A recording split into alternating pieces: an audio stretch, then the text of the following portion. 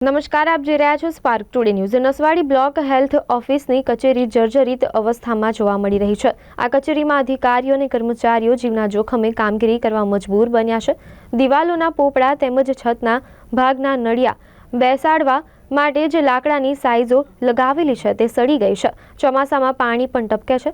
નસવાડીમાં અલગ અલગ સરકારી જગ્યાઓ સરકારી ચોપડે બોલાતી હોવા છતાં આરોગ્ય વિભાગના કર્મચારીઓ માટે બિલ્ડિંગની જગ્યા ફળવાતી નથી। બ્લોક હેલ્થ ઓફિસની કચેરી બનાવવા માટે તાલુકા બ્લોક હેલ્થ ઓફિસર વારંવાર જિલ્લા કક્ષાએ રજૂઆત કરી છે। હાલની જે બ્લોક હેલ્થ ઓફિસ છે તે કચેરીનું બિલ્ડિંગ પથ્થરની દિવાલો છે તેના પથ્થરો ઉખડી રહ્યા છે અને દિવાલથી છૂટા પડી રહ્યા છે। આ બ્લોક હેલ્થ ઓફિસ સામૂહિક આરોગ્ય કેન્દ્રના કેમ્પસમાં છે। ગમે ત્યારે ધરાશાયી ત્યારે મોટી દુર્ઘટના સર્જાઈ શકે તેમ છે।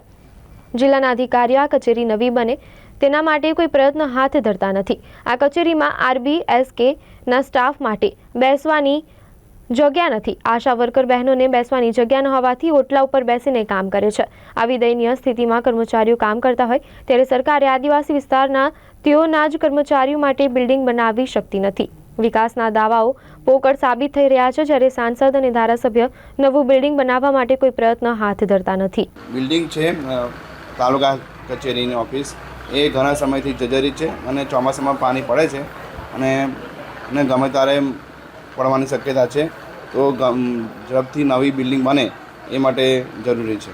સાહેબ, આના માટે માંગણી કોઈ જમીન માટે કરવામાં આવી હતી કે શું છે પરિસ્થિતિ?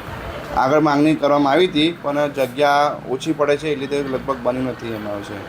સાહેબ, અહીંયા આ પોપડા તમારી માથા પર જ પડેલા છે, તૂટી ગયું તો તમે કેવી રીતના ફરજ બજાવો છો?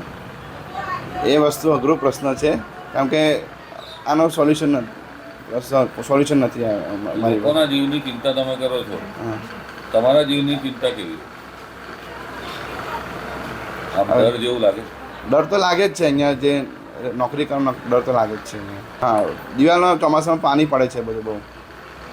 અને આ કર્મચારીઓ ઓટલા પર બેસીને કામ કરે, બેસવાની જગ્યા તો તાલુકા ઓફિસ કચેરી માટે જે હોવી જે નથી મળી આ લોકોને।